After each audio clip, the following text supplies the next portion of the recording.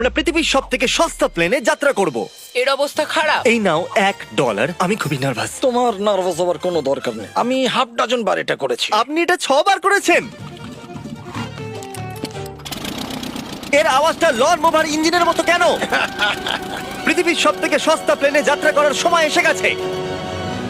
আরে না, আরে না, ও মাই গড, ও না, আমরা অনেক জোরে যাচ্ছি ভাই। Bye Jimmy. এটা আমার একদমই সেফ মনে হচ্ছে না।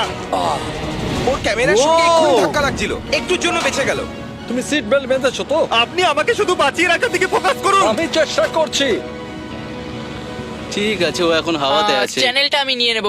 আমি আমার ফুটেজ পেয়ে গেছি, চাইলে ল্যান্ড করতেই পারো। না, ও প্লিজ চলো, এবার চলো।